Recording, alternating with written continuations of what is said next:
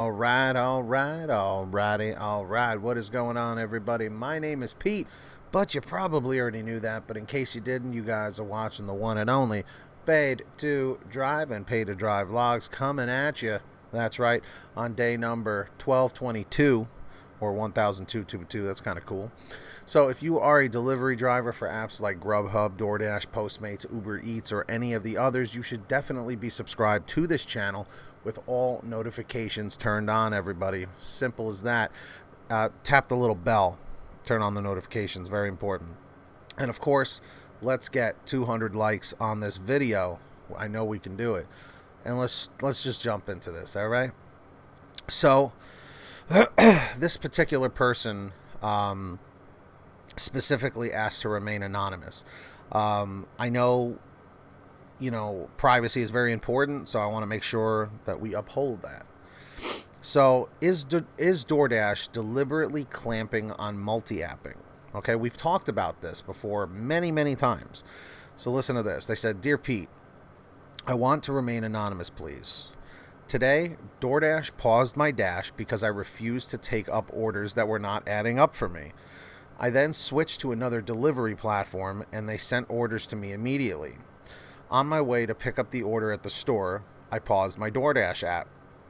After delivery to the customer, I resumed the DoorDash app, and they sent me an order to a store.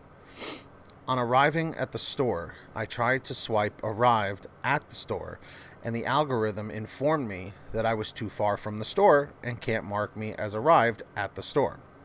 I contacted DoorDash support, and instead of support to mark as arrived, I was put on hold, and when it was nearing 10 minutes, I had to unassign the delivery.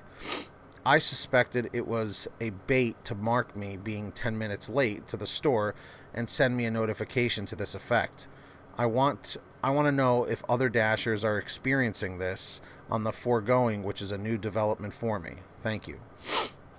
So for those of you guys who ever want to send me something like this, email it to PaidToDriveStories@gmail.com.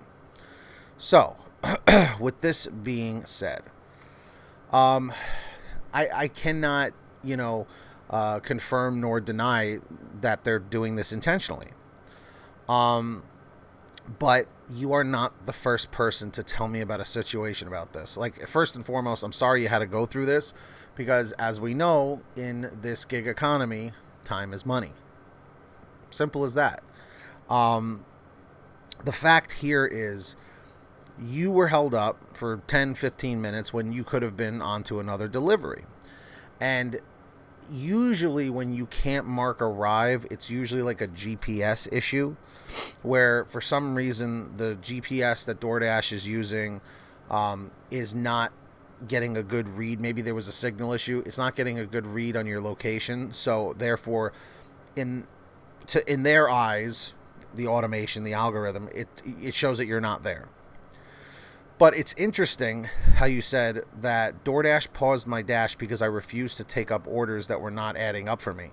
I've also heard this from other drivers that are saying, for some reason, even though I'm well within my rights to decline as many orders as I want, you can have a 0% acceptance rate if you'd like.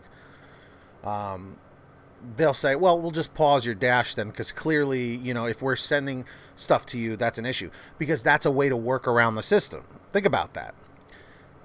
They're sending you a $3 order, you reject it. They send you another $3 order, you reject it. They send you a $4 order, you reject it.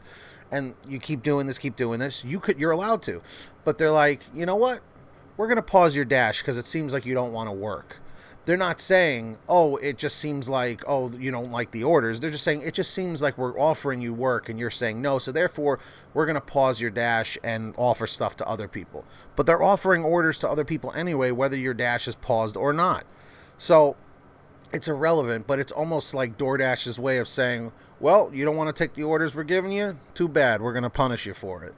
And that's the loophole, because they're not deactivating you. They're just inconveniencing you with this particular situation, which this is just a theory, okay, for everybody, who wants to, take everything I say out of context. I could see this as a way of saying, oh, we got a cherry picker here. So what can we do to get this person pissed off? Well, let's inconvenience them. Let's inconvenience them as much as possible so maybe they'll quit and then somebody else will take their spot. That's what these companies are always hoping that is going to happen, because they know they cannot force people to tip. And they know if they raise delivery fees, customers will be turned off. So what's the solution? Let's piss off the drivers that want to cherry pick to the point where they're no longer on the platform. So therefore, other people will sign on, right? And Dash Now, who will take those orders. They want people to take the $3 orders, period.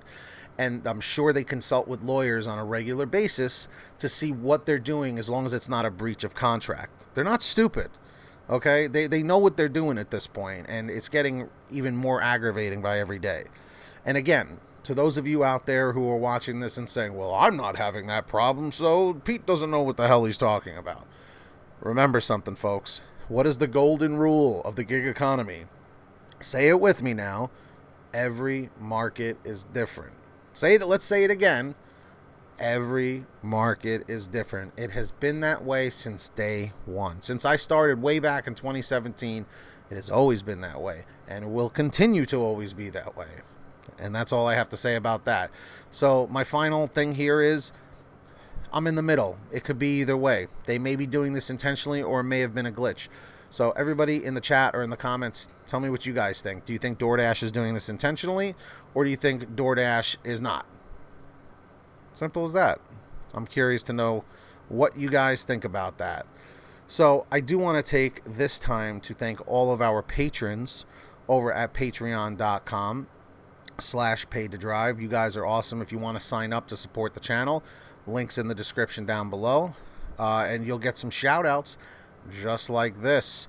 So big shout out. When you hear your name called, say, hey Pete, I heard my name. We got BBA Master Yoda Nottingham, Brian Pomeroy, Heidi Barnes, Kurt Paul, Serena Siddiqui, Tulsa Todd, William Boudreau, Alan G. Van Horn, Drew Honor, Fernando Carranza, Frank Haviland, Jason Casta, Justin Case, Katie Coppin, Lulu Laura, Sarah Keston, Scott Freisner, Sherry Cassidy, Stephen Neely, Jenny Thomas, John Bonacci, Kimberly Thomas, Matt Epperson, Nick G, Terrence Pacheco, Terry DeLong, and Valerie Brown. Big shout out to all of you. Thank you for signing up. And also, speaking of signing up, stop procrastinating. Download the Get Upside Gas app right now.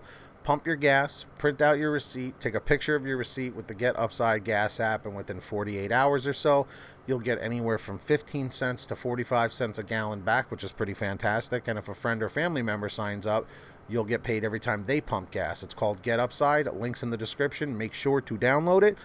Also in the description, PaidToDriveStore.com for all official Pay to Drive merchandise, t-shirts, hoodies, and all that stuff. Check it out. Links in the description. And that's basically all I got for you. If you made it to the end, comment end 611, end 611. Subscribe with all notifications on. If you haven't yet, I'll give you a second to do that. And of course, hit the like. Let's get 200 thumbs up. And until next time, get that money, get that honey, keep hustling, keep bustling, and we'll see you here next time on Paid to Drive and Pay to Drive Vlogs. Take care, everybody. Enjoy your day. For reals. Mahalo.